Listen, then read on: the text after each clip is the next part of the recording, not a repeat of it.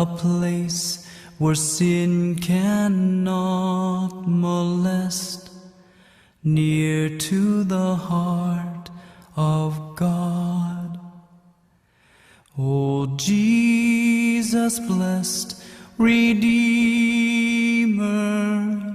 sent from the heart of God, hold us who wait before Thee, near to the heart of God.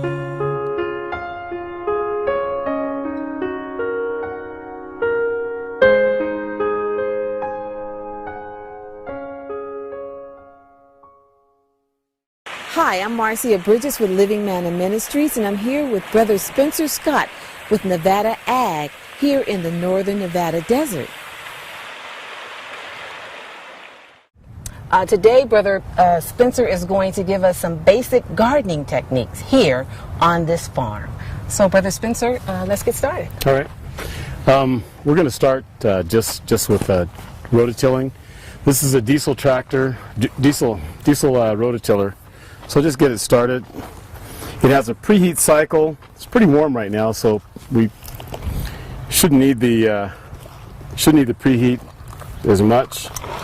So can I ask you why you chose diesel instead of just regular gas? I chose diesel because I can store diesel on my location. It doesn't have the flash point that gasoline has, so it's just a better tool to have a diesel product. The torque that the tractor has is much better. Okay. This is one of the better ones that came out. It's an older tiller. Okay. It's made by Kubota. It's an AD70. Okay. It gives you forward and reverse tines, as well as 2-3 gears going forward and one in reverse. Okay, so it's a tremendous tool. So the storage of diesel why is it better than gas? The storage of diesel is it's not as volatile as gasoline. Okay. Gasoline has a high flash point and diesel doesn't. Okay. So as well as if you store gas for a matter of a month or two or better, gas starts going backwards. You have to put a stabilizer in gasoline to keep it for an extended period of time. Okay. But most diesel units will burn fuel oil, or they'll run the regular diesel that's that you can buy at the pump. Okay. But you can keep it without it going bad as fast as the gasoline. Okay, So that's great information. That was a reason for me. Okay. So we'll get this going and we'll go through.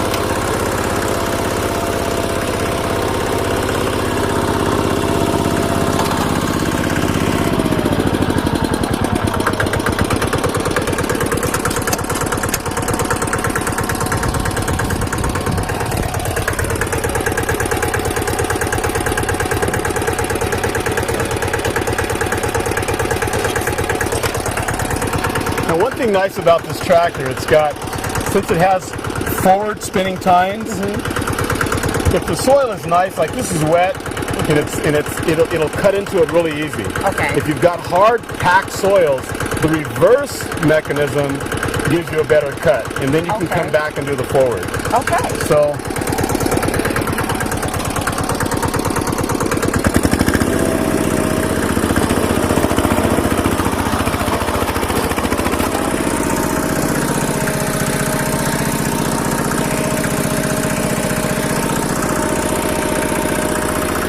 I'll do it from the other direction so I don't block this.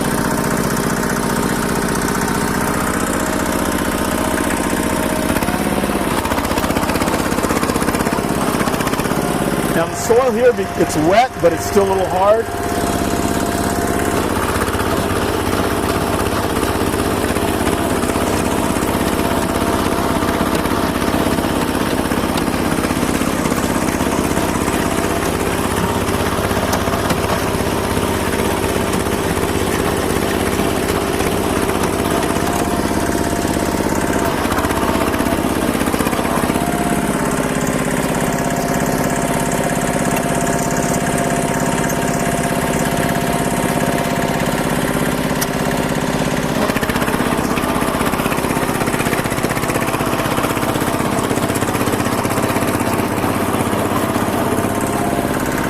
So we'll go back through this one here.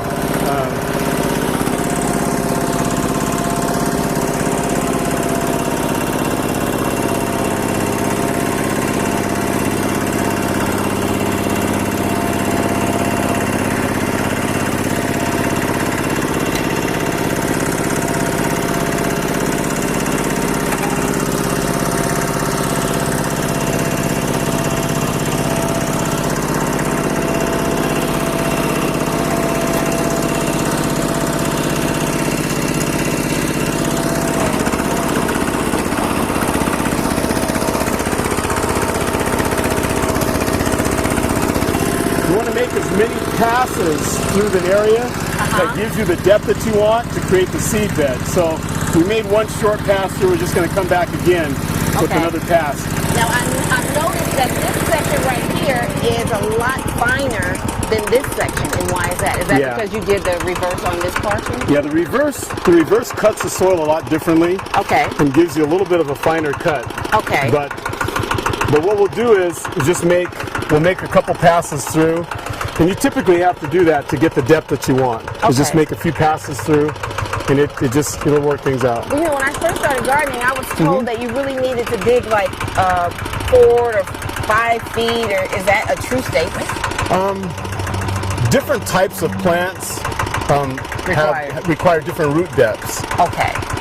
Depending on what you're going to grow, like right now we're getting toward our fall season. Right. So typically our crops now are going to be a lot of your greens, a lot of your brassicas, your cabbage and broccoli, and we've got turnips in and chard and any of your greens and kales and so forth. Okay. They're not a heavy feeder. Okay. Their root system isn't set deep. Okay. So 4, 5, 6 inches that you prepare the soil and put your nutrients in it, should be enough. That should really help you to do what you need. Okay. So we'll turn this back up and.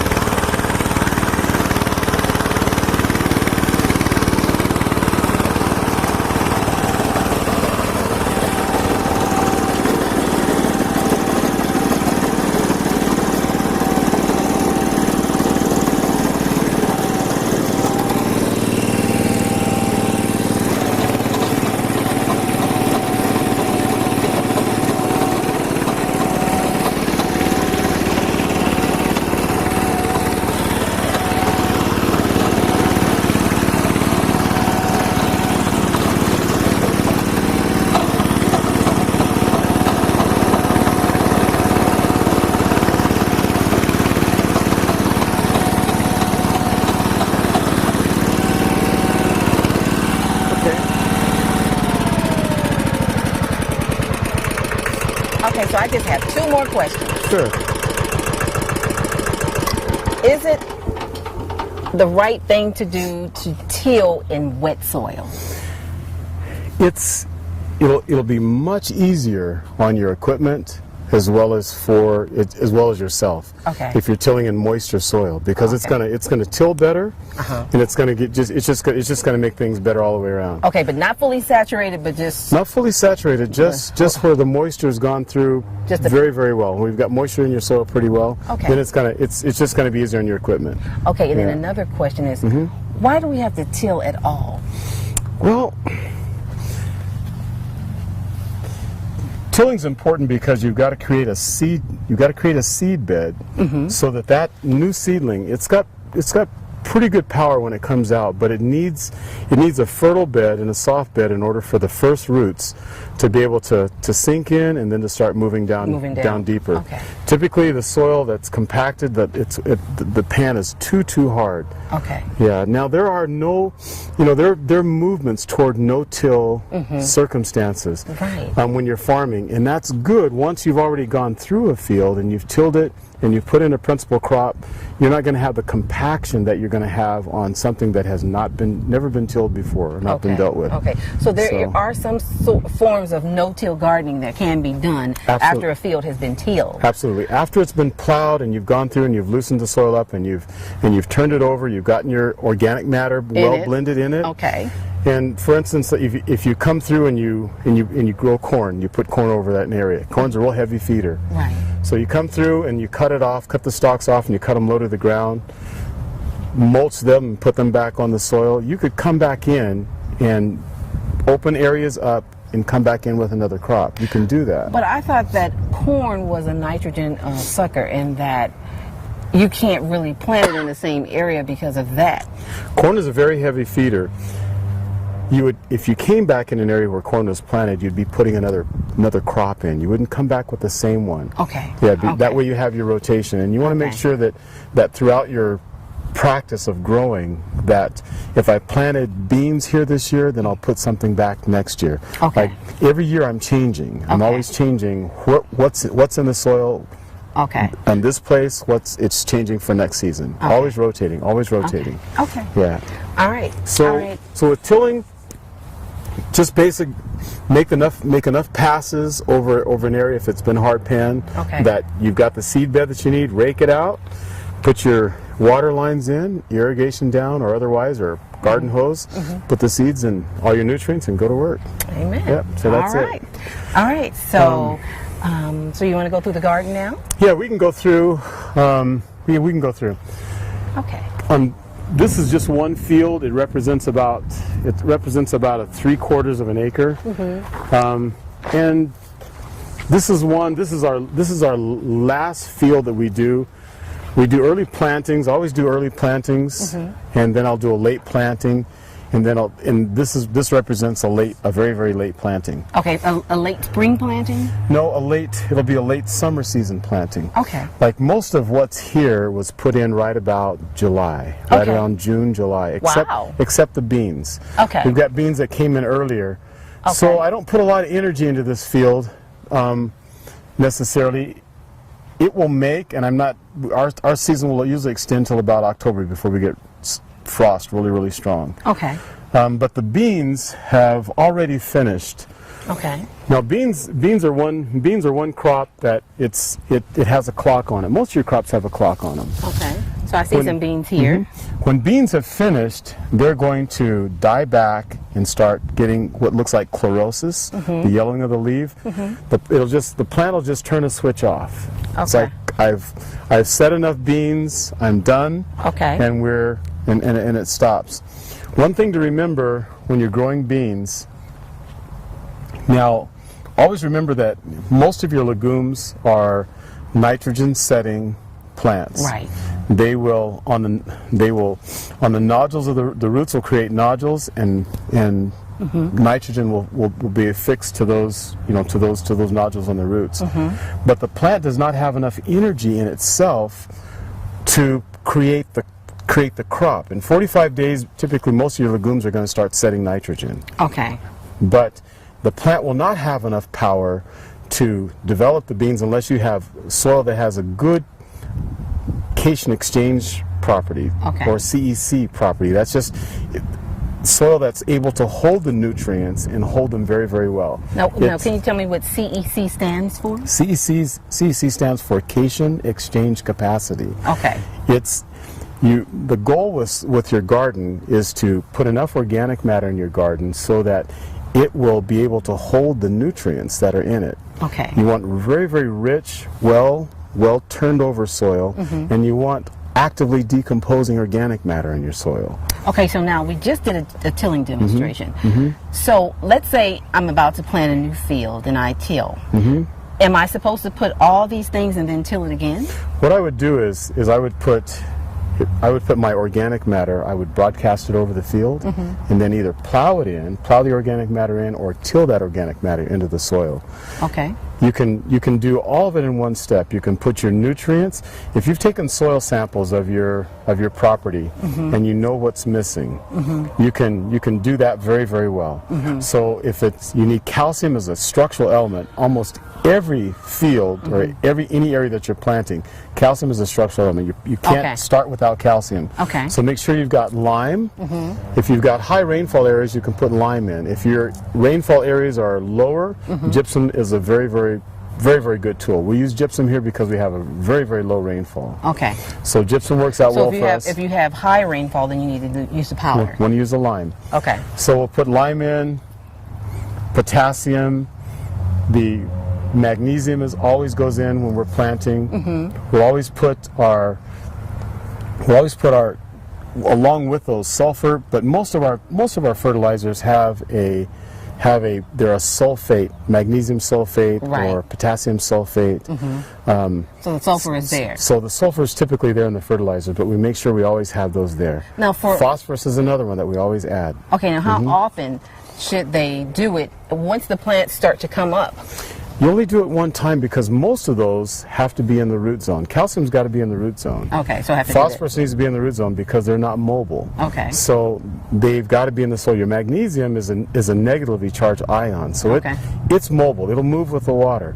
If you've got a problem with magnesium, you can correct it when the plant is in the ground and it's being planted and it's growing. So I can put magnesium. You can add magnesium if you notice that you've got a deficiency of it, just like with your nitrogen. You can always side dress with it because it's mobile in water. Okay. Yes. Okay, but so typically I just need to thoroughly fertilize initially. Put your fertilizers in that your soil is telling you that it needs. Your soil samples are telling you that you need. Put those in, and then from there till those in with your organic matter, and get those incorporated in your soil, and you're pretty much good. You can start planting. Okay, now I have one more question.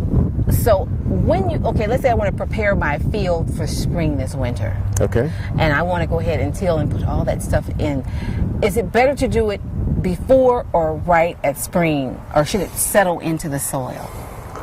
I would do this, depending on what kind of amendments you're using for organic matter. Okay. Some people are very comfortable with using manures, animal manures. I would caution to just be very careful that you know the supply that you're getting the supply chain from, and then you can be comfortable with using your animal manures. But then with them, perfect thing to at the end of the season is to put those put the manure into the soil and get it incorporated in and let it be breaking down and actively decomposing over the winter time. Okay, for spring. For spring. Well, let's say, like myself, I don't use any animal products in my gardening. No manure, no blood meal, no feathers, none of that. I don't want any of that in my food. Good. So I want to know, it was my understanding that I needed to put all the nutrients, whether it was organic gardening or just using manure, in the winter and let it settle and sit so that a few months later, the rain would, cause it to go down into the soil. If you're doing veganic gardening, you can. There's no harm in starting to put all your. You can put your calcium in. You can do your lime treatment or your calcium treatment. You can do that in the fall of the year. Okay. You can put that in the soil. You can certainly put your phosphorus in. Okay. The magnesium I wouldn't do. I wouldn't apply my magnesium that early. Okay. But the nutrients that are not going to be mobile with water, that are stable in the soil. Okay, those are the ones we should apply. Apply those. Okay. Get them in. Okay. And let them be there so you don't have to address that next spring. And then the ones that are more mobile, then you want to apply those just before you're preparing your seed bed for the next season and get them in and get them going. Okay. Okay. So I have one more question before we move on. Because this is turned yellow now. Are the current beans there not edible? This is a signal to me when the plant has done this. These happen to be cranberry beans. Okay. They look a lot like lima beans. They look a lot like pinto beans. Okay, so let's take a look. Let's kind of dig in here and let's see what we've got. Okay. Now I told you that when the plant is finished and it's matured the beans, like a light switch goes off and it wants to shut down. So, for instance, You look here where it is set and it's finished. These beans, these are dry holes. Open that in your hand. Okay. Oh yeah, they are dried. Okay.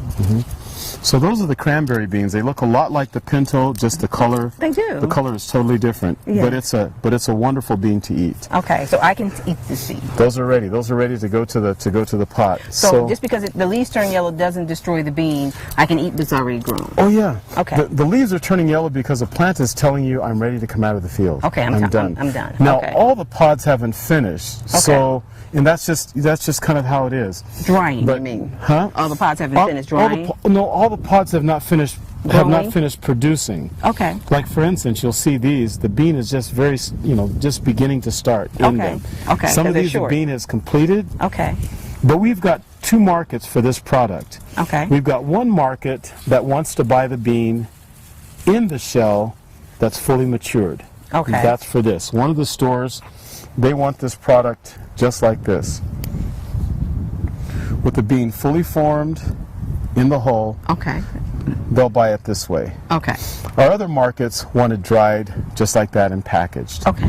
So So it depends. we're starting to pull these plants. We're setting up our dry racks right now, and we're starting to pull these plants out and get the beans on the dryer. We have a thresher that we run them through, but we're getting them up and on the dryer now, so we can, because our clock is running out for us for the heat hours that we've got. Okay. Here on this side, we've got the beans. On this side, we've got cucumbers. We've got cucumbers going. We've got a vertical system that we grow our cucumbers on. I see the cucumber right here. Yeah, Oh, and there's one there. yeah. So they're in stages. We don't.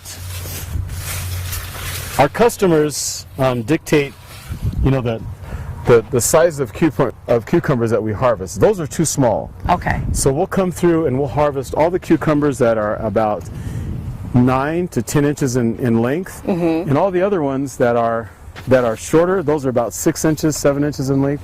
We leave them behind, Okay. and we'll take those. We harvest twice a week, so these plants will push out twice a week with cucumbers, and we'll do that on that kind of a schedule.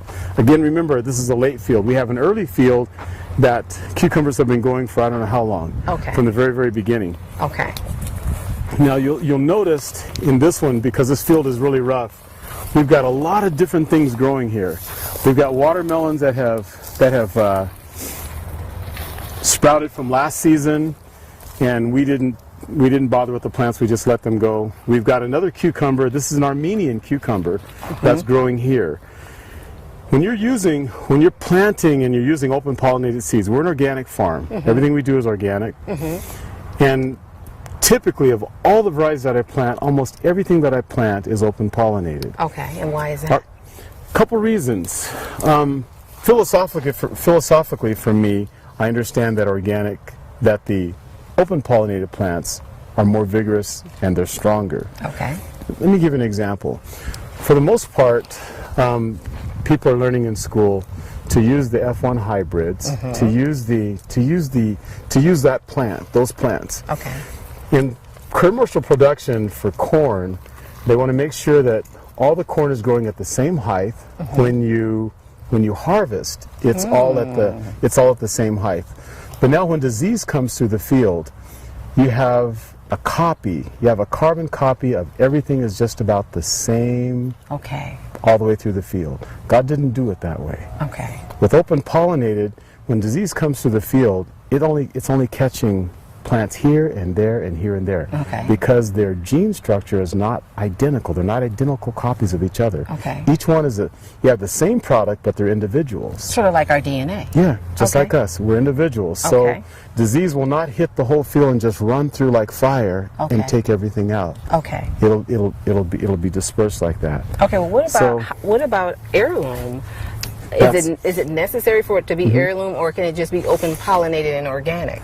It can be open pollinated, organic, or heirloom. Heirloom just gives a distinction that it's an older variety of seed. Okay. And most of your open pollinated is just about going to fall in that category. Okay. Yeah, just about everything will. Okay. So again, like you see, I don't know.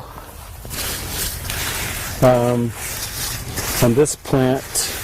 They may have come through and taken some of the cucumbers off. The Armenian cucumbers? Yep. And it's one that the market really enjoys.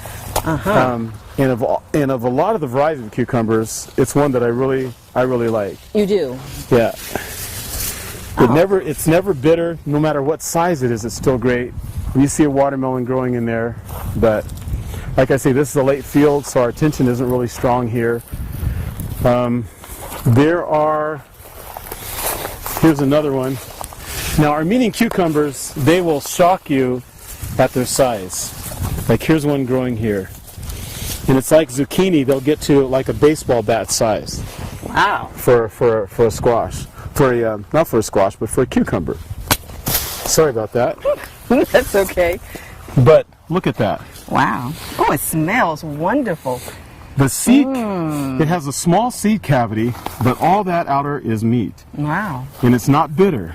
Wow. Yeah. Taste it. Even as big as it is, it's a very, very nice, crunchy, very flavorful cucumber. It is very flavorful. It's very good. Yeah, but it doesn't, it looks like it's like, oh, who's going to eat that? Right. But it's really nice. It's delicious. Yeah, really nice. Oh, I put it back in there. I'm sorry. No worries. It's fine. Okay, so what do we have over here? What are these? All right, let's little peeking ups. Let's walk through this.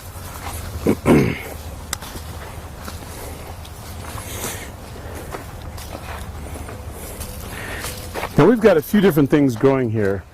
Here, this is edamame, soybean. Okay. And they're drying out. Now, these are ready to go to the market. In fact, we've gotten calls for these already. But that's the edamame soybean. Okay. I'm try to get it out. Yep. So I can taste it. That's it. Nice and fresh. It has a good flavor too. Excellent. So. Really good. And then there's just a scatter of black beans. Now another thing, don't worry about. In your soil, when you're planting, you're going to have a variety of how plants are performing. With the same nutrients, the same things in it. This one happened to have a heavier cast of organic matter in it. And so the balance was not quite right for some of the beans. So the take is a little bit lighter, but since most of these are shutting down, they're ready to go. That's why you see things pretty light on this end. Now from a few hundred feet up, the balance is perfect, and they're growing completely different. I see that. Yeah, they're growing completely different. So this had heavier organic matter. Yeah, so it's just how things work out. Now you're at the end of your tomato season. Tomatoes are a tough one for us outside in this climate because most of our summers are well over 100 degrees. The days, every day is just about 100 plus, 100 plus, 100 plus. When tomatoes are at that heat, they will drop the flowers. When it's really, really hot for tomatoes, they will flower and just drop, flower and just drop. Only when it starts cooling down, these next 2 months, all these plants will start loading up with tomatoes like you can't believe. Right, I see some now. There's some on them now. In fact, yeah, here are two beautiful ones here. Those are the beginners that are just now starting to set. But these are heirloom tomatoes. Wow. And that's one of the varieties there. But that's probably about 3/4 of a pound. But most of these are Caspian pink. We've got Aunt Jenny's green. We've got also German marble stripe. We have about 5 or 6 varieties that we have planted here. Yeah, my favorite is the Cherokee. Yeah, Cherokee purple. We do have some Cherokee purple. I want to ask you a question about tomatoes. With my experience, with the green hornworm and other bugs that are really attacking the tomato plants, and how to prevent that, because yours are green and beautiful. I don't see very many holes in your leaves. No. What is it that you've put on there? No, I'll tell you something. I've done nothing to these tomato plants except just just use the amendments in the soil. Okay. But here's the difference. When you live in different places, like this is the desert. Our soils are sandy. It's hot, hot, hot, hot here. Okay. There are just certain insects that aren't comfortable Here. in that in that environment, and that's the advantage that we have with the tomatoes. Okay. Every now and then I will get caterpillars on my tomatoes, but it's not a problem because there's so many tools now that are available organically. Your neem product is an awesome one Right. for caterpillars and anything that's eating the leaf. Okay. Now with the neem, you have either derivatives that have the oil in them, or you have products that they've extracted the oil out of it and the active ingredient, and you have a dry powder or one that doesn't have the oil. Right. But that product will stop caterpillars and leaf-eating insects from feeding immediately. So the It stops neem them right oil away. can be immediately sprayed, but the powder has to go through the soil. The powder, no, the powder you're going to hydrate the powder Okay. and spray it through it, because it should be at a concentration where it'll go into a sprayer at about 100 micron Okay. for the fineness. It'll go into solution. It's chelated very well, so it'll go into solution really nicely, and you can apply it to the leaf of the plant, and that most of your insects that are eating the leaves and destroying them, it'll stop them immediately. They won't feed. I mean, just right now they'll stop. Okay. Now, there's some great contact sprays for organic. Most pyrethrum products are very, very good. Okay. Yeah. Okay. But Excellent. just keep an eye on your plants. You'll notice when you've got caterpillars and they've got to some size, the mandibles are serious. They will chew a stalk like that like nobody's business. Yes, Yeah. I've had some. I've learned the time that they come out, and I've destroyed most of them that were in my garden. Good. But I had to educate myself to understand how to get rid of them. Okay. But in the future, just to not allow them to even attempt to come onto my plant, the neem will work well. Neem works well. It's a good product. There's quite a few products that are out there. Azosol is one. There's several. Since we're a commercial farm, we're buying product in bulk. Okay. And most of the time, that's not very comfortable for the homeowner that wants to get product. Right. Unless you get together with 3 or 4 families, then you can buy the product commercially. If it's not a registered product, you can buy it commercially. Okay. Because most of the companies are going to force you to buy a gallon of product. Okay. Yeah, like the pyrethrum, we use a Pyganic. That's another very good one for knockdown. Okay. It's $400 a gallon plus. Wow. And a gallon for an average homeowner would last years, you know? Okay. And it's too much to put there in one Okay, because you only space. need a small amount because it's concentrated. Yeah, it's a concentrate, so you, as a homeowner, you wouldn't use very much. You'd use Okay. a small amount. Okay. But for us, we're using gallons, plural. Okay. Yeah, I when see. we've got issues.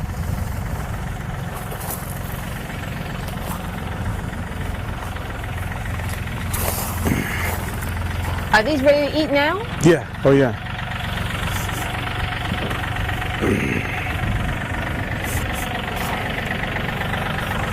Okay, just...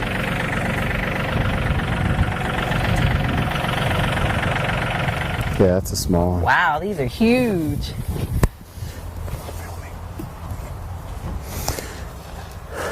Zach has just gone out to one of the back fields to harvest melons. We've got an order.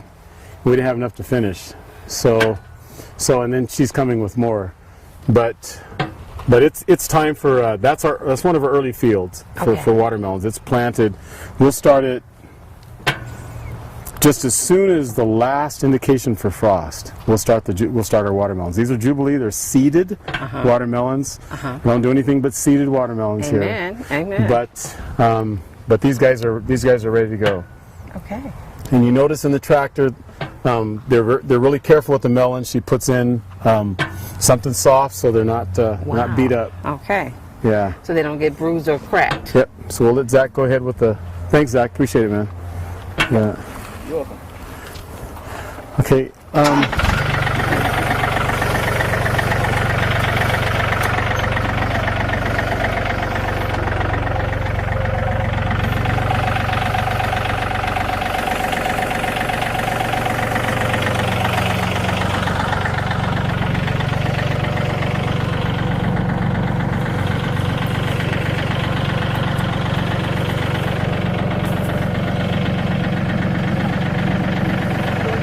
Okay. All right.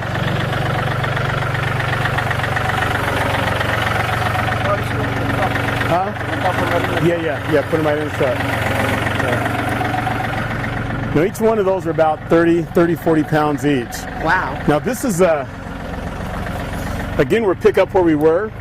This is a late field of watermelons, kind of straight down this band. This is a short field. It's 275 feet in length. So the watermelons go all the way down to the bottom. Okay. We've got an interruption in there with some winter squash. Okay. But you notice the sizes. The sizes are completely different than the ones on the right. trailer. But these, by God's grace, by the end of September, they'll be the 40 pounds to 30 pounds that you're looking for. That we want. Okay. Now, I wanna. Let's see. I'm going to get a knife because we're going to go to the back field and we're going to cut a watermelon open so we can see what it looks like. All right. See if it's any good or not. So we'll go. Just kind of move through this field real quickly and just look at some of the other things that are growing. Now, with watermelons and walking through them, when it's late in the season, I'll just step on everything like it's a carpet. When it's early in the season, I try to place my feet, if I need to get them under a vine, rather than stepping on a vine, because I still have 2 more months, about 6 weeks, not 2 months. I got about 6 weeks of growth left on these plants before they shut down. So it's just about trying to place your feet nicely. Now this is a cantaloupe. It's a variety that's specific to Nevada. It's called a Hearts of Gold. They're real high sugar. It's a nice variety. And I want to just want to try to check and see. There's some in there. I'm looking for ones that are on the more mature side. Now, again, here's a cluster of just Small ones. yeah. There's smaller ones. There's probably 10 or 12 or 15 in there, just in this little spot right here. And what is this leaf? This plant that you see growing here, that she's marking, I don't know how many of you that are sitting and watching, how many have seen this or you have it in your garden. Do you have this in your garden? I do believe I do. Yes. Okay. This is called, if he's going to zoom in at the leaf, so you can really get a good indication of the leaf, this is called mallow. Oh. It's a weed. We call it a weed, but it's an edible plant. Wow. Yeah. Mallow. Everything about it is edible. The seeds are edible. Now it'll make a wagon wheel type of a seed. Okay. Yeah. Yep. It'll make a wagon wheel type of a seed, but it's an edible plant. And You can eat the leaves. They have no particular flavor to them or distinction. They're very neutral, very, very neutral. The plants are. so you can eat them like salad. Just like a salad. Wow. Yeah, they're neutral. They don't really have a flavor. Yeah, they don't have a flavor, so they're great in salads. It has a deep, deep, deep root system, so a lot of nutrients and minerals is pulling up. It's not one you want in your. It's really not one you want in your garden much, but I might as well benefit from it if I again, have this is a late field, so we've just kind of let some of this just move along like it is, without.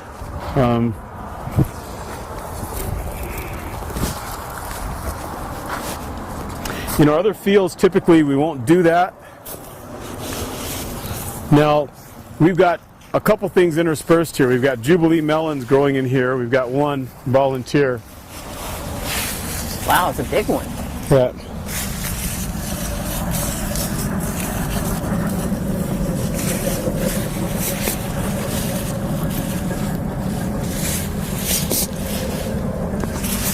So our cantaloupes in this field are, now that's one that's ready to go. Okay, and how can you tell it's ready to go? There's two things. The color it'll start to change. That when the net is fully formed on the cantaloupe, you know that it's getting closer to maturity. Okay. Also, the vine will release it On its own. on its own. Yeah, I see a large one, I think, down there. Yeah, there's quite a few large ones in there. Yeah.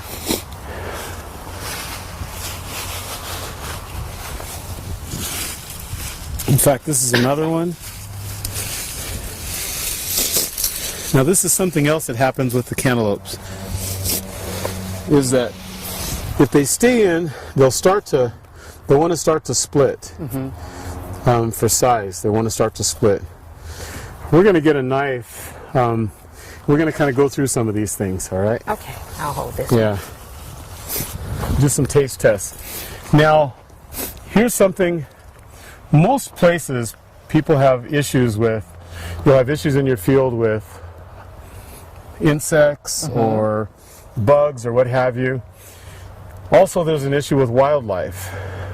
Yes. Here we're next to a river, so we have abundance of wildlife. We've got, of all things, coyotes that come in and they eat watermelon. Now, this is the first. We've had raccoons, skunks, and as he pans over just a little ways, you'll see a large watermelon that was ready to eat. Wow. And they have enjoyed that probably last night. Yeah, they really cleaned it out. Yeah. Last night they came in and they finished that one. So what we do, and you can tell that it's a large animal because they'll just lay down, they'll lay their bodies and it mats the plants down. They just lay down and they just enjoy. They just sit and have a watermelon. Yeah, I can see they've been laying through through all of here. Yes. Yeah. Wow. Now, what kind of squash do we have over here? Okay, we've got a couple different winter squash that's growing. These are on the late spectrum. Okay. So this happens to be butternut. Oh, my favorite. Yeah. Now, we don't know if we always plant late to just see what happens, but this round is butternut. Down at the very far end, we've got another winter squash that's coming in, and I'm already seeing that we're getting light frost. Okay. This is the burning that frost does. Okay. Yeah. Okay, so that's frost burn. Okay. That's a frost burn, and the other night we had some cold nights that dropped down, and that's the type of burning that happens on the leaves. Okay. And when it comes hard, game's over. Just shuts everything down. Wow. What we do is like this area, we'll protect it as we start getting, because it's a late crop, we'll put cover cloth over it. Okay. And the cover cloth will take 6 degrees of temperature. It'll give you that much lift of 6 degrees. But the cloth takes the hit of the frost. Okay. So that the plants don't take that impact. Okay. And you pull it off in the morning after it's frosted. You pull it off around when it starts warming up, the sun comes out, and then just set them to the side. The next day you'll apply them back. That evening you put it back on. That evening you put it back on. Okay. So let's go to our back field. Okay. Let's go to the field in the back. Okay. We're going to make our way back through this and then head over to one of the other fields. Okay. This year I did an experiment down here by the river. Okay. I have for a long time kind of kept this area clear, turned in a lot of organic matter, a lot of grass that'll grow and different plants. I just keep rototilling it under. So I just thought, I said, there's a lot of water here. I've got sand soils. I'm going to put some plants down here and just see how they'll grow. So had one of the ladies come down and put some seed in. This is banana squash, by the way. Okay. So we put the banana squash in, put the seeds into the sand. I don't water this. I do nothing to it. Every now and then I'll come through and I'll fertilize foliarly by the leaf. And it's performing better than some of the ones in the field. Wow. Yeah. Wow. Now I want to kind of move around to the opposite side of it. And if we'll move around to this side, and you'll start to pick up some of the fruit that's on it. It's loaded. I see. And they're huge. If you'll kind of pan in a little bit. That one is huge. Now, banana squash grows really big. So they're there, and you'll notice additional sets that are coming there. Yes, I An see additional them. set. You've got these that are trying to set additional ones in through here. Yeah, they're I don't still know how well flowering. I don't know how well the bees are working down here, but they're doing a little bit of work. And you come back to this side,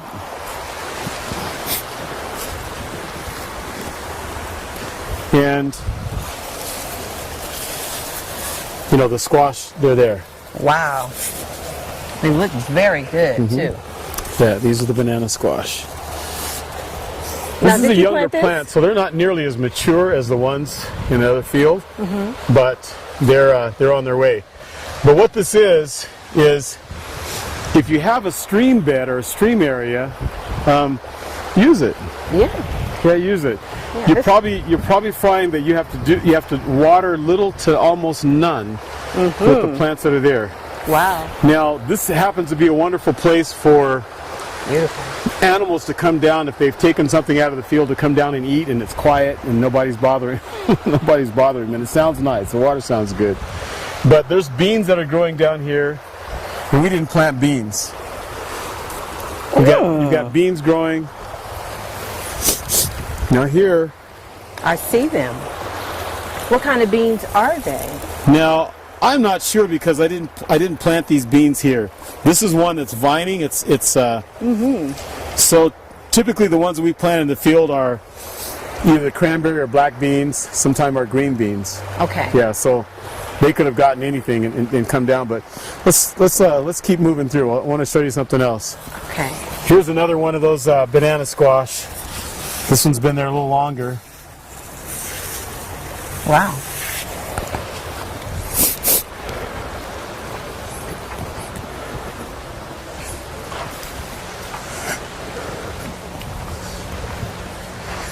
Now we've got a watermelon that's growing down here. Wow. And it's big too. Great color.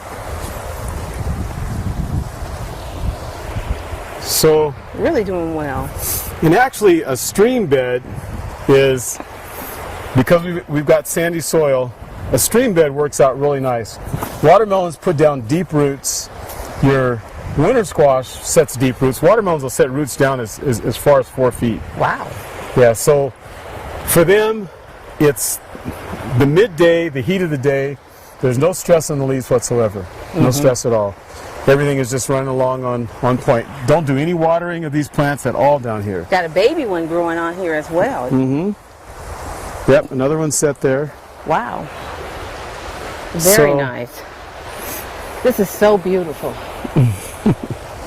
Yeah. In the desert. So even in the desert, you can grow food without any issue whatsoever. Amen.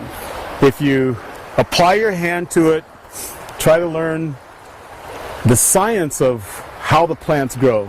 God said that He would bless. Amen. You know, and the abundance would just be tremendous. Amen. Yeah. Amen. Amen. So we're going to make our way to one of the other fields.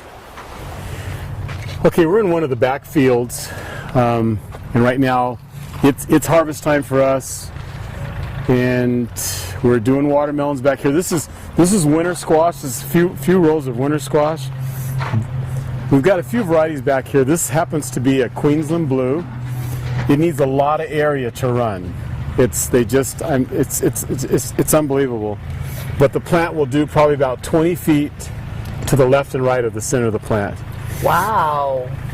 They'll put out a lot. Wow. Let's try to get I want to try to allow you to see what they look like. Now, let me just share something, because winter squash and watermelons have deep-rooted systems. They have deep root systems, and they have very broad root systems that really out. spread out, surface as well as tap. So your preparation of your soil is really important. Okay. And where you'll notice that this is the first year I planted in this field. So balancing things, gets to be kind of interesting on your first run in the field. Okay. Sometimes you'll get it right, and there's areas where things won't be right.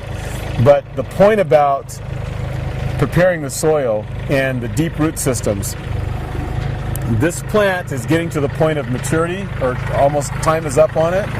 But you're noticing that now in the leading branches, branching off in the vines, that it's showing signs of deficiency. The leaves are smaller, they're curling up, they're a bit tighter, and that just tells me that the plant wants more food. Now, in a contrast, note these at the very tips, and then note the one right there as it's coming down. Much broader, wider, the leaves are a strong green, right to the very, very tip. Yeah, they're a lot darker. Yeah, that tells me that that plant is healthy. The whole plant is feeding, and it's feeding very well. And this one, this particular one is not. But I wanted to show you the Queensland Blue so you can just identify what it is. It's always interesting moving in these areas. You just have to be careful where your feet are going so you don't interrupt the plant. But that's what that winter squash looks like. I don't know if we can get a good shot for you to be able to see. Now another thing, I'm going to move over so our camera can kind of get in a little tighter.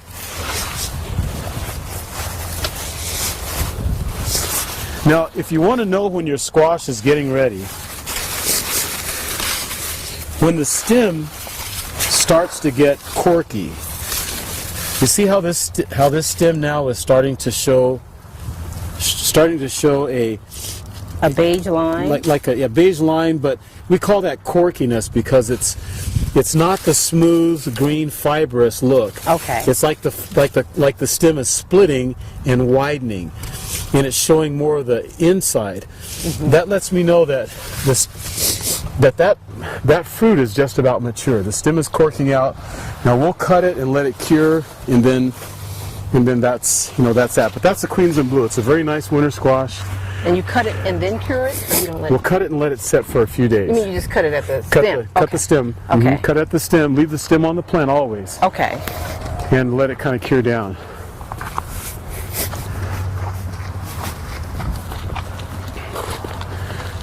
Okay. All right. Who has a knife? I gotta go get a knife. See, they're enjoying treats, and we can't enjoy treats until we go back and get a knife. Now what are you eating? Now we're gonna see these melons as we go up. Okay. But what they're eating is it's called a Hyogan melon. Okay. That's our favorite. Yes. But it is really, really nice. It's a really nice melon. We'll sample some and we'll show you guys later what they look like. Okay. But we have about 3, 4, 5, 6 varieties of melons that are growing. Right now, you want to sample? No. We'll get one later. Yeah, enjoy your break. Thank you. Yeah. Now they're harvesting spaghetti squash right now, and one of our stores requested that we bring them some of the smaller spaghetti squash. So she's taking them out now because they're ready to go. And I see I'm going to adjust this. Yeah, adjust that on there.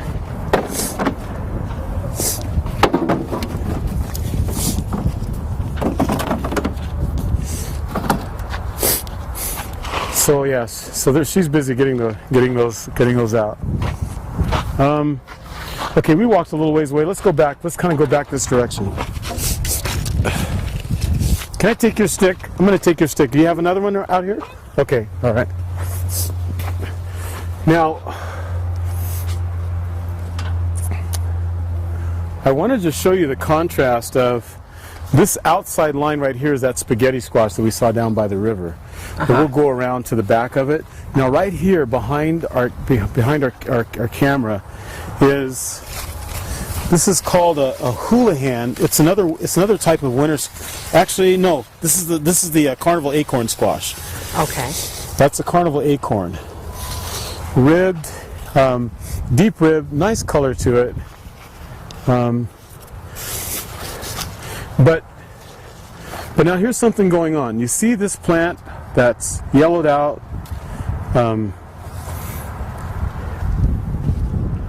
The plant is telling you that it's not happy. It's got a nutrient deficiency, and that happens in your field. Now, everything around it looks fairly well, but you'll get spots like that your broadcast of phosphorus, your broadcast of potassium, and your magnesium, it wasn't an even broadcast, nor was the incorporation even throughout the field. Okay.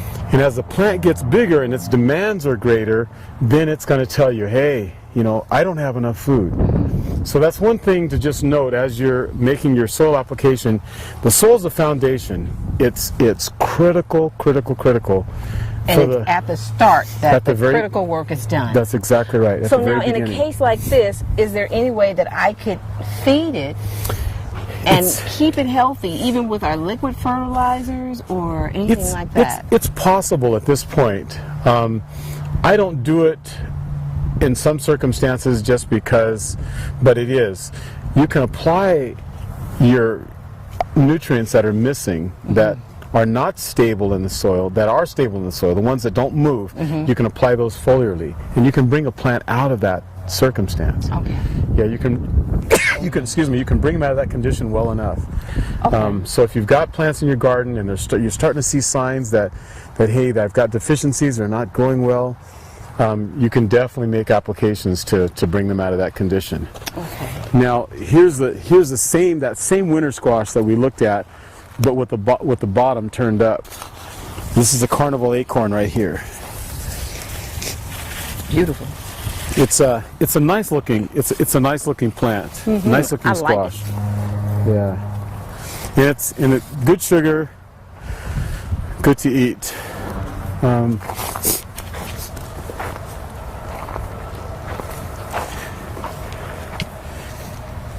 Now we had a mistake on our seeding when we came through here, and things happened in the field. This was all supposed to be winter squash, all these rows through here, but one of the workers, we asked them to come over and seed on that side watermelon, and by accident she thought that I meant these lines, so she seeded all these lines with watermelon. Okay, and so then they're intertwined. Yeah, they're all intertwined. Now I knew they had watermelon in it, but I said no, go ahead and plant the winter squash over the top. But we have kind of a collage of watermelon and winter squash, and they're making it okay. Well, they're from the same family, kind of, right? No, they're different families, but anyway, sometimes it's kind of fun just to see how things will come out. I thought watermelon was from the squash family. Is that incorrect? Because it grows similarly on the vine and produces, It's a vine, but it's definitely in a different. I think it's in a different group. Okay. But that's something I can go back and do some homework on. Another small winter squash here. This happens to be a houlihan. That one's not as mature. We'll try to find one that's mature that has really good color to it. They're nice. There you are.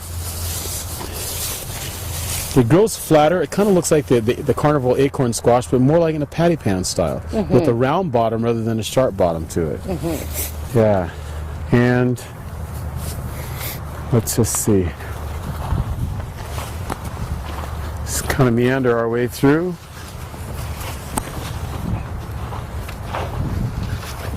And we're back to our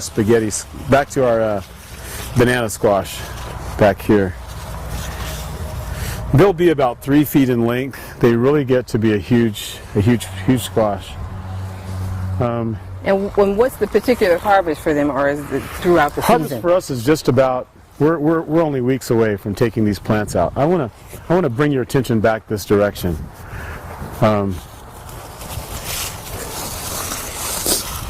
That's more.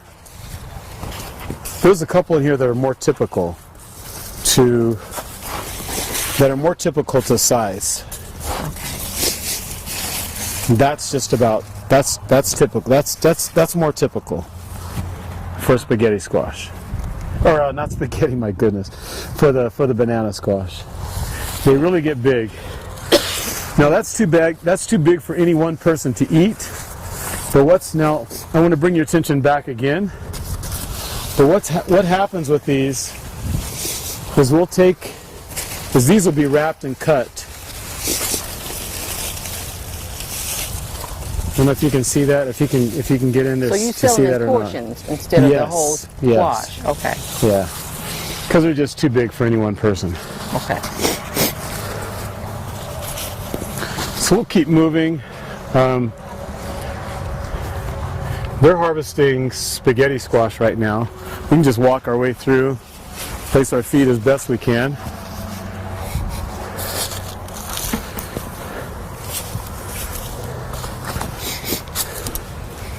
Now, everything that's watered here is on a drip irrigation system, and you'll see the lines. The bed that's prepared is about 4.5 feet in width. Okay. This stick is 4 feet. So you see the line spacing is about 4 feet, but the bed itself is about 5 to 6 feet in width. Okay. And that's the amended area. From about that point to this point is the amended area of soil. Okay. With nutrients, organic matter. The walkway that where you're standing, I put nothing here. Okay. But all the nutrients are in this So bandwidth. you just fertilize the row that you're going to plant in. The row I'm going to plant, that conserves a lot of material. Right. And Yeah. money. Yes. And money. So alongside, So is it recommended that you have 3 normally? well, Right where I do that because I've got heavy plants that are in this area. So I put 3 to make sure that this whole band is wet. Okay. Remember I mentioned with winter squash they have a broad band of surface roots that spread out. Right. So I want to make sure that the majority of this area is wet, so that they're not constrained and they can just set their roots as far as they want to set them. Okay.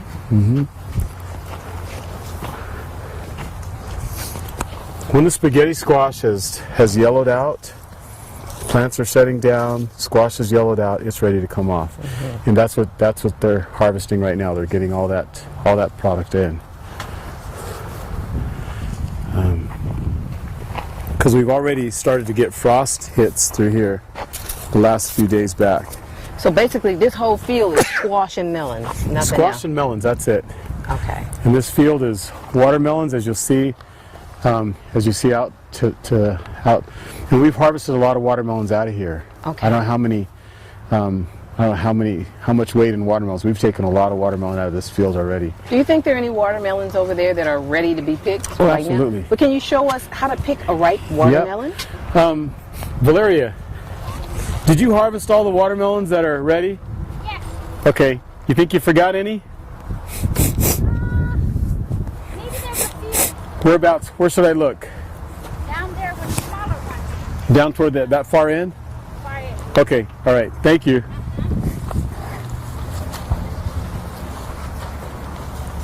If we can make our way, just keep meandering our way through.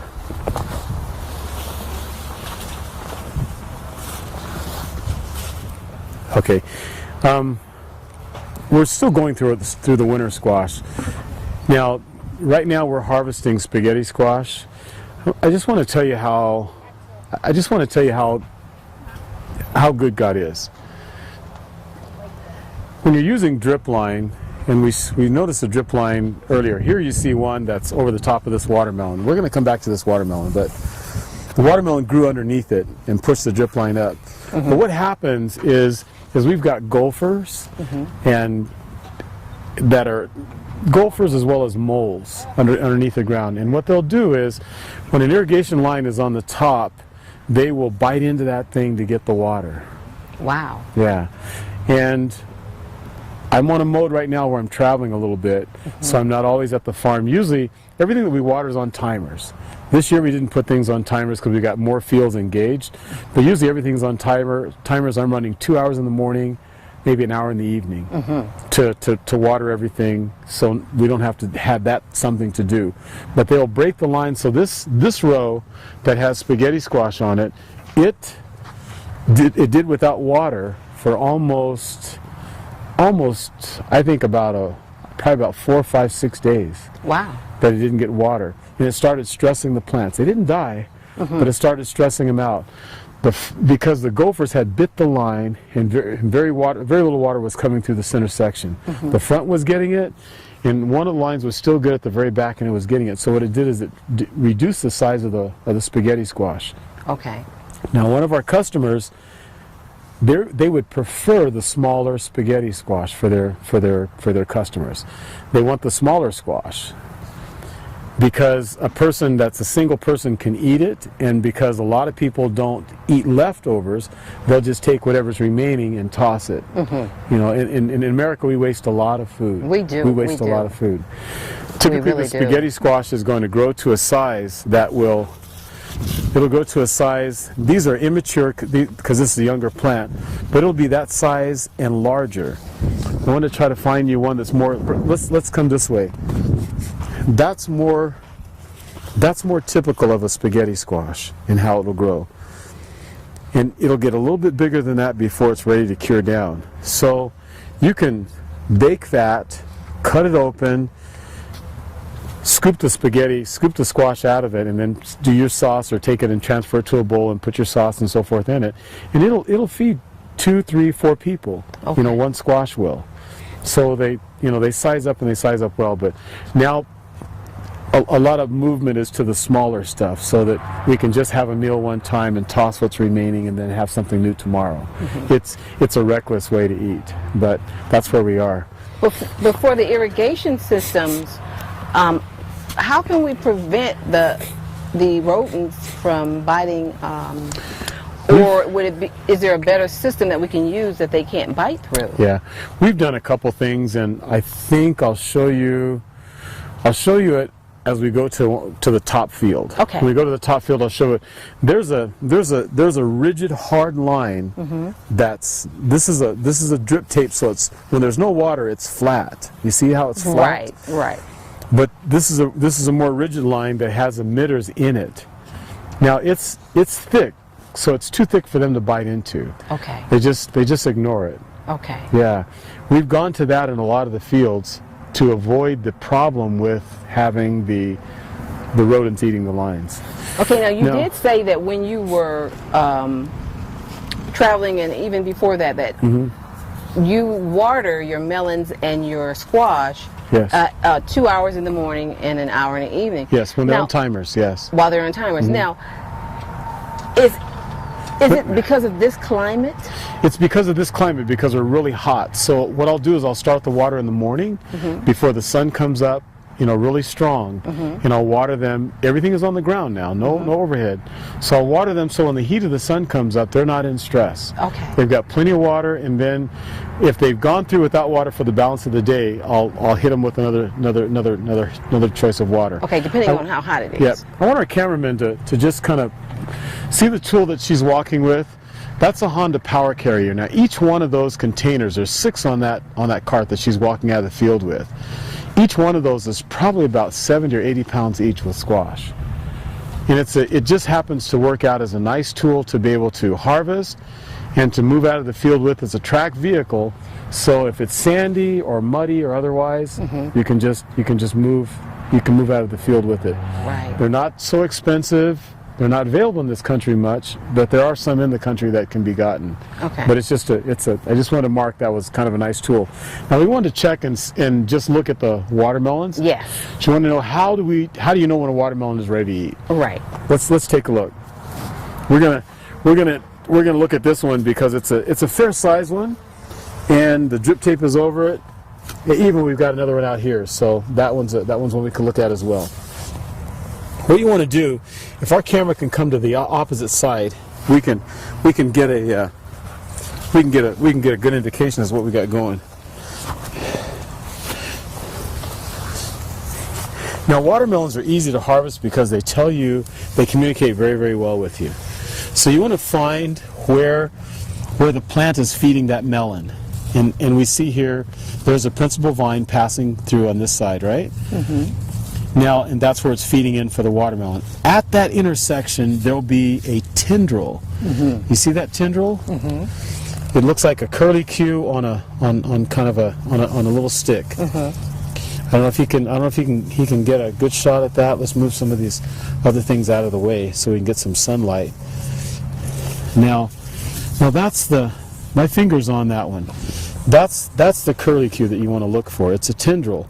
When it's dried up and it looks like it's dead, that watermelon's ready. Okay. As long as it's green, it's not ready. It's not ready to go. Okay.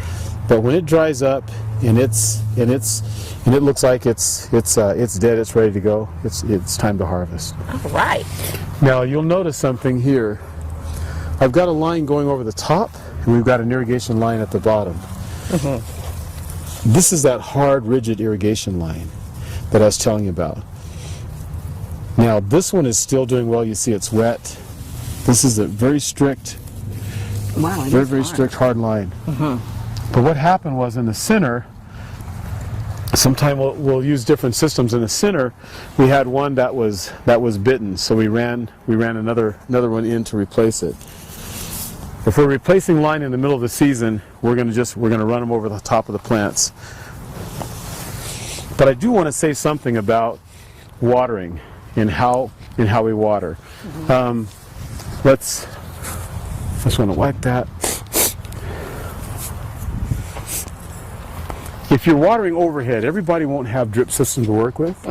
So if you're, oh my goodness, if you're watering overhead, if you happen to be watering overhead, never water squash or any large broadleaf plant in the evening.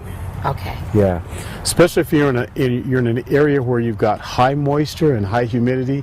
Even here in the desert, I won't do it. Okay. And the reason why, if I'm watering overhead and I water those broadleaf plants in the evening, the leaf won't have time to dry off. Okay. So it makes a prime condition for powdery mildew. Okay. And once powdery mildew starts, you can control it, and you can, but it's typically gonna win. Okay. It means now you've got to start spending money to try to address it and to deal with. Yeah. But if Okay. you're watering techniques, if you've got to water overhead, make sure that it's early in the morning so that the plant has time to dry off all throughout the day. So typically we should water at the lowest level, and we should do it, we can do that in the evening because we're not spraying the leaves. Yeah. If your water's on the ground, you can water at night without any problem. Okay. But if you're overhead watering, don't do it with broadleaf plants. Now, we've got another melon right here that's kind of tucked in. Let's just check it and see. We've got to find the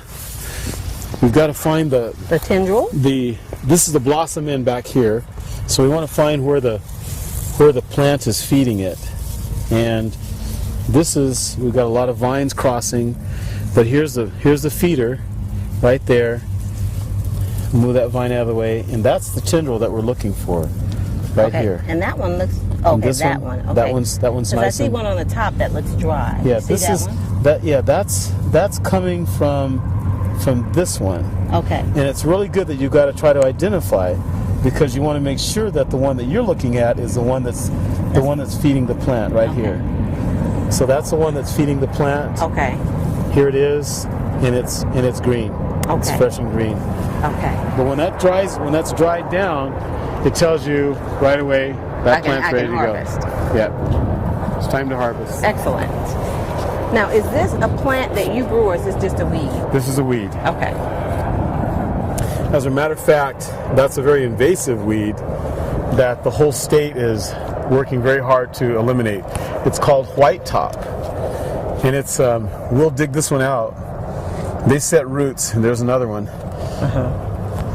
This field, if you look around, it's got irrigation set sprinklers, overhead sprinklers. We don't use those, but they were in this field when we started farming. And what that does is they're pulling water directly out of the river, and the seeds for this plant are in the water.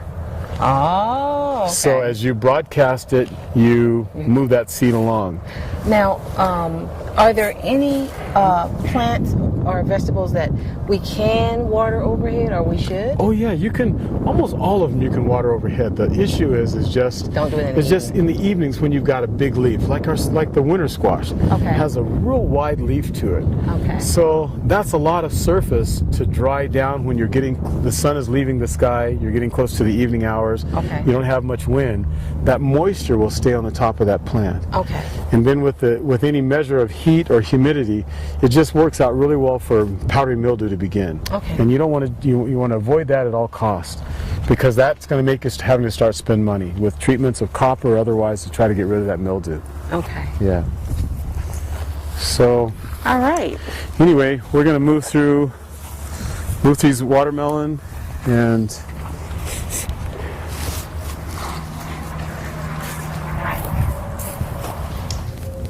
So, why in the rows there are no weeds growing in here when we're basically on the sand or the dirt in this area? Okay. This greenhouse, this greenhouse is on a hydroponic system. It's an advanced hydroponic system of sand hydroponics. Underneath this floor is a EPDM liner, 16 inches down beneath is a rubber liner that goes up to the on each side, all the way to the end. There's Okay. two separate cells, as it were, or bowls. Okay. This is one to the left of you and one to the right of you. Okay. And then sand is placed. There's appliances that conduct the water subgrade from one end to the other. And then sand is filled over the top of those appliances. Okay. And all your nutrients, all your water runs beneath. So all you have is everything is growing in sand directly. Well, how do you put the nutrients underneath after? The nutrients are put into the water, and Okay. there's a well there's two wells right there, right by the door. Okay. That where the water comes into underneath the floor. Now sand has a wonderful property called capillary physics. All water moves up into sand by capillary physics. Okay. Just a capillary action. And the neat thing about this floor is I've planted just about everything inside of it. I've done tomatoes, done sweet potatoes, done roots, done everything in here. And the plants choose where they want to be. The Okay. plants make their decision where they want. Okay. Outside or in? Perfect oxygenated area, or they want more water. Now, for instance, I've done sugarcane in the back, and the sugarcane goes all the way down to the water underneath. There's taro growing here, just starting some taro. Taro, typically, if you know taro, it wants to be in wet, swampy areas. So the roots for this one, same thing, will go straight down to the bottom of the floor where there's always water, Okay. rather than up into the sand where some of the other plants will want just a, just a. And the scallions, half-half. they look like they're doing okay. They're coming in. All right. We do a lot of onions for bunching onions. In here. Most Okay. of this is basil. This Okay. is a sweet basil, It smells and good. we've cut back a lot of these plants, and we're gonna let them. We're always cutting and bringing plants back down low and then back again. Okay. Managing flowers. Yeah, the basil's beautiful. Smells great. We're doing seedling starts of basil, and that will move into pots to take to some of the stores. Some of our stores have requested that they want the basil in pots, May I pick this so up? we'll do that. You're more than welcome. Okay. I wanted to ask, how do you get it? You just pull it, dry it, and pull it out? Because it looks like because it's wet, I wouldn't be able to get it out. Now this one, this trade was sitting over on that side. I see she's brought it over, but this doesn't have to be basil. This is kale. We've got two varieties of kale. We've got the curly kale and then a laccionata kale. That's what this one is. Okay. This is the basil. Okay, this is basil. Yeah, Okay, that's now basil. if it grew to maturity and I wanted to plant it in the ground, how would I get it out of here? Okay, underneath this there are holes. Okay. So right now we're ready to start taking these guys out. You see the roots coming through? That lets me know that They're ready. it's ready, but I've got too many. I've got like, basil seeds are really small, so I've got about 15 plants in here. So it's time for us to pull these out, separate them, put them in separate pots, Okay. and then get them moving. Okay. Yeah. Okay. Excellent. Okay, and the rest of this is just basil. Just sweet basil, with the exception of a few different things here and there. Now, along the side of the building, you'll see vines climbing up. They're Congo watermelons that are along the edges. Okay. In fact, if we found an aisle way to walk down, we'd probably walk right into one of the melons.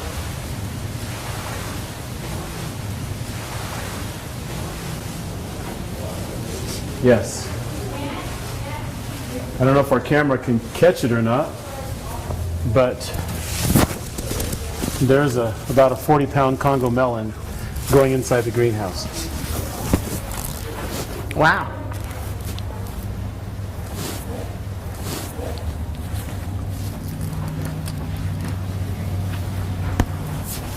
Now basil is an herb in the mint family. You just have to kind of keep your feet on the ground almost and kind of move that way. But he's got it. Yeah. Now, what are these over here that are growing? We got two. This is rhubarb.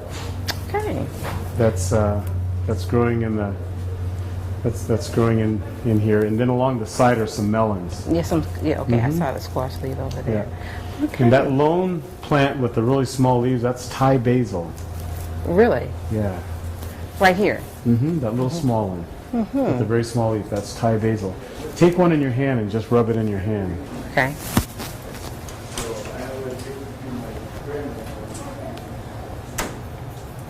And then smell it.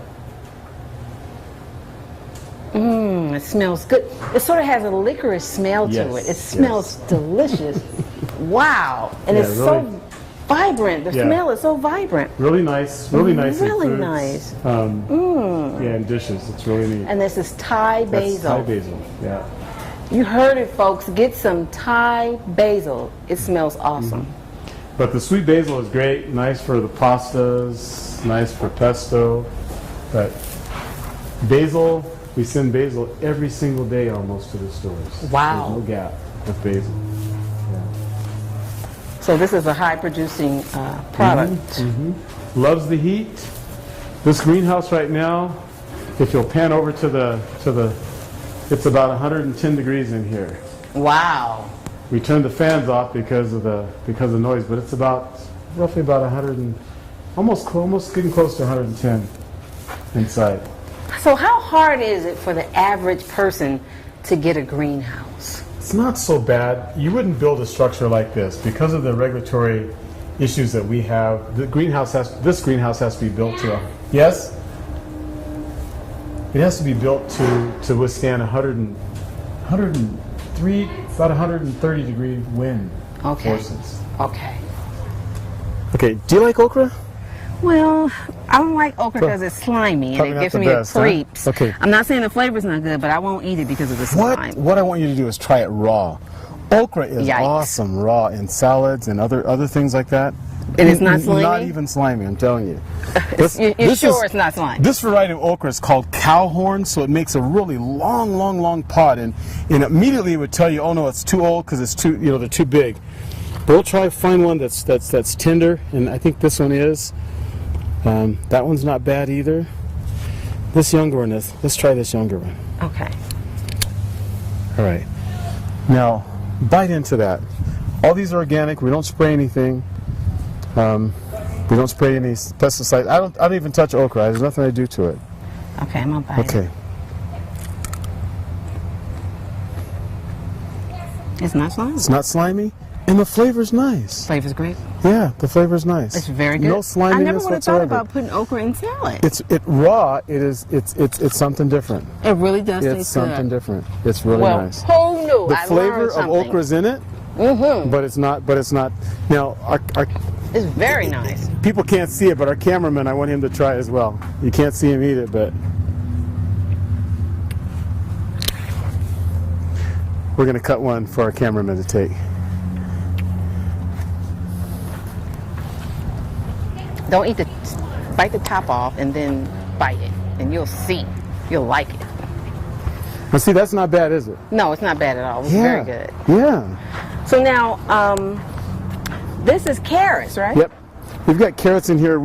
This is the earliest bed that we plant, and then some sweet corn that the birds have gotten into now because we didn't finish it all. Okay. But these are carrots. This is a. Can I pull up a carrot? Yeah.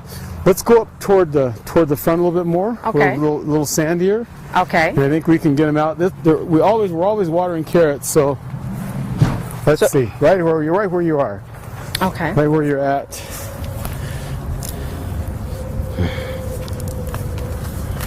Wow, it's a big fat carrot. Some of these have gotten to juicing, but I want to get you one that's more uniform. Okay, well, how do I know when it's gotten to juicing? Can you explain that? Well, for us, when our carrots get really big, we start sending them out for juice. Good. But that's more appropriate in size. Yes. Yeah. But this is good for juicing. Excellent And for you can juice. eat the leaves. Yep. And put them in your salads. Wow. Now he gets a proper carrot. Yeah. Those are.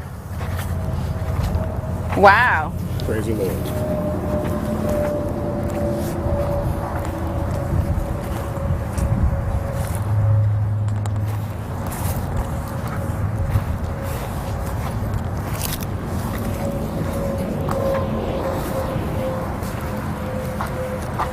Now, what do we have over here? We've got, let's wash those carrots. Oh, okay.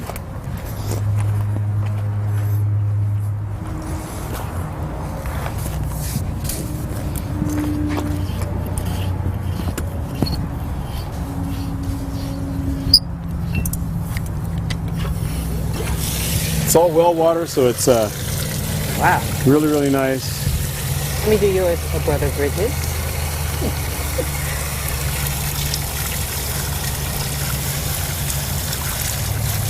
Wow. Okay.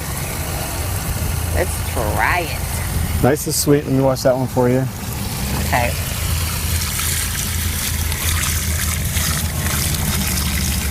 Use this one again.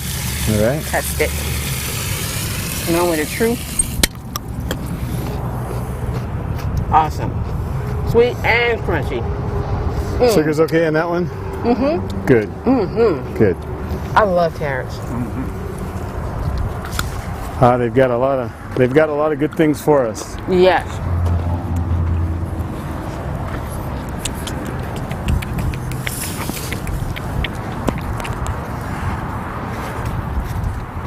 So this is a growing system that you're using for Let's go out to the outer plants edge and we'll for plants go. to grow. Mm-hmm.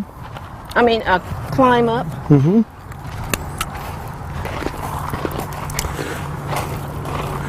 We train the plants up the.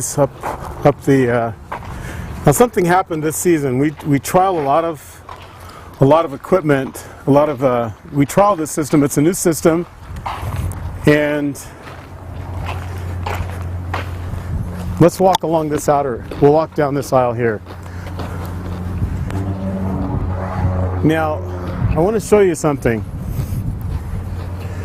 We're always testing things and just kind of testing the limit. I wanted to see on this one, we added very little amendments for organic matter.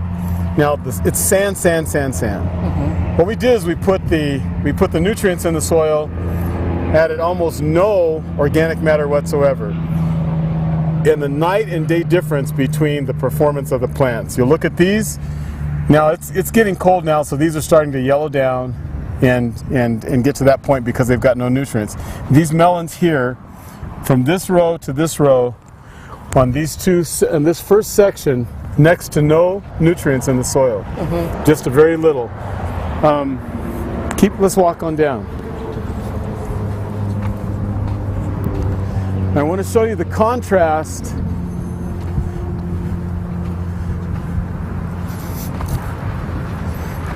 Now this is where the nutrients began. We started adding nutrients. I started adding nutrients right here.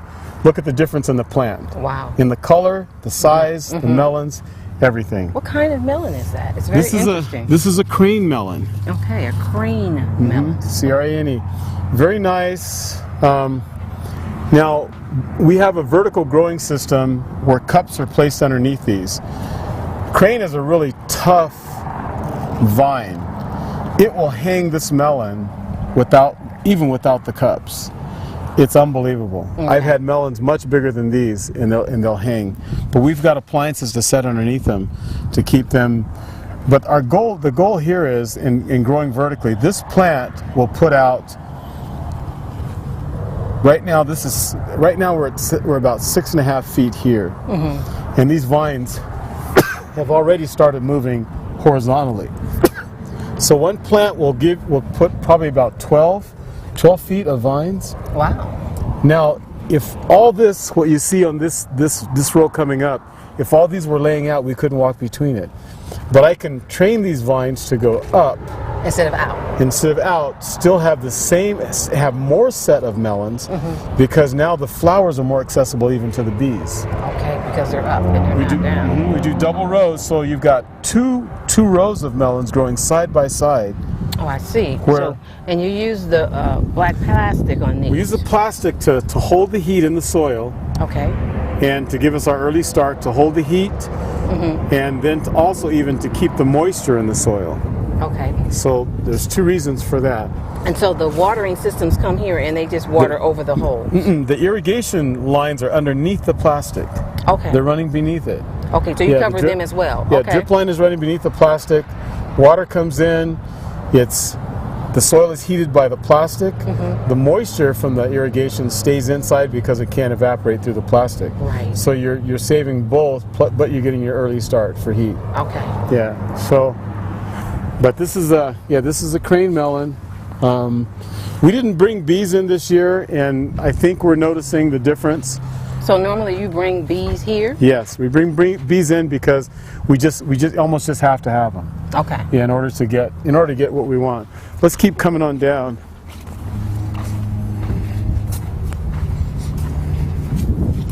So is this the bowl that you were talking about that the melon sits on? Yes, that's it. That's the cup. Okay, those are the cups. Yeah, those are the cups that the melons sit in.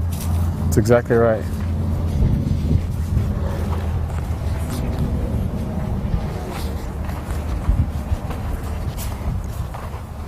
Okay, cucumbers that are now see our leaf hoppers. I'm noticing our leaf hoppers have come in at this Oh, side. this is a nice cucumber.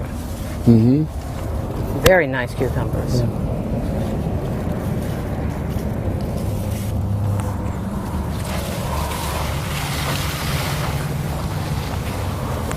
So I do see the leaf hoppers. Yeah. So this one now I need to come through and start dealing with these guys. Now this But one the looks really melons- large. Like This melon is complete. It's ready to harvest, but it's hanging free from the plant. Yeah, there's nothing underneath it. It's just hanging free. But the plant is able to handle that. That's about 4 pounds of melon, or almost 5 pounds of melon that's hanging there. so we don't have to worry about the tendril on this one. No. Okay. When it completes its net and it has a rough face to it, that melon's ready to go. All right. Yeah, the crane is pretty easy that way. We've got one in the aisle that's come loose. On its own. Mm-hmm. And this one has come loose on its own. It feels different from a cantaloupe, smoother.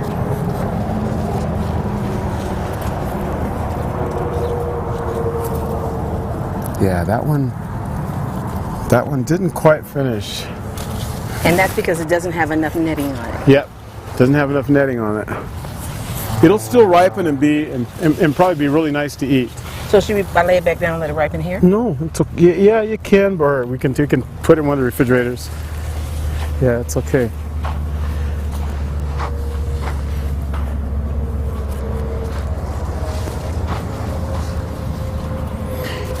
And even though it's late in the season, the melons are still continuing to set. Wow. Still got a lot of sets here, there. The plants are just gonna continue I see a lot of just- baby ones on the other side as well. to just set melons. Now what is this, Brother Spence?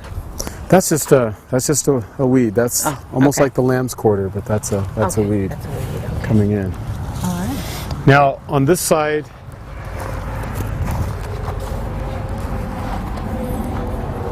we've got cantaloupe. This is the Hearts of Good cantaloupe, and you see one on the line there. Yeah. I see that. Wow. We have vertical systems for these guys, but the products were made overseas. Some of the pieces, and we didn't get them in time. So we just abandoned our vertical. We'll continue next season with it because we'll have all of our components in. Okay. But we had another component that was missing.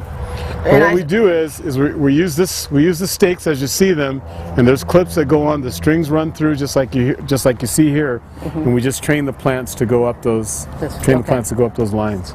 Okay. Yeah. Praise the Lord. All right. Well, we appreciate all the education that we've gotten. And we thank you for allowing us to come to this beautiful farm. Well, I've enjoyed the visit. Glad you guys have come, and I hope you come again.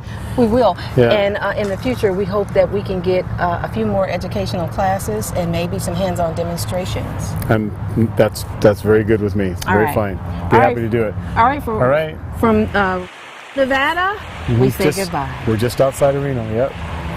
Bye-bye. Take care. God bless.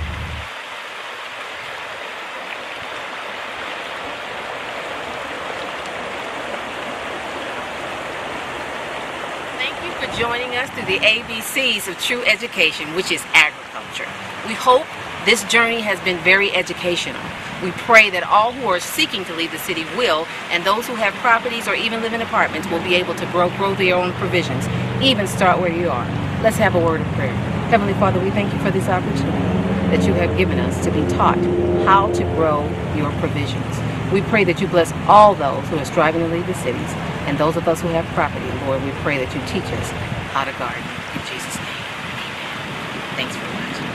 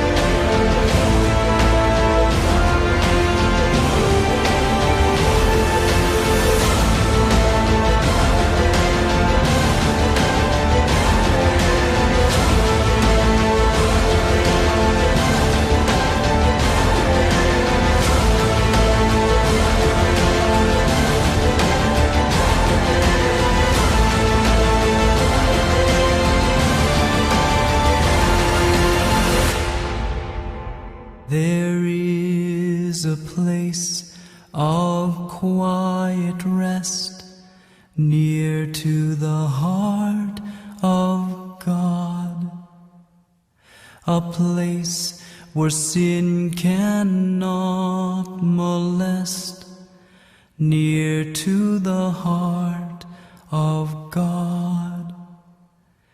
O Jesus blessed Redeemer, sent from the heart of God, hold us who wait before thee, near to the heart of God.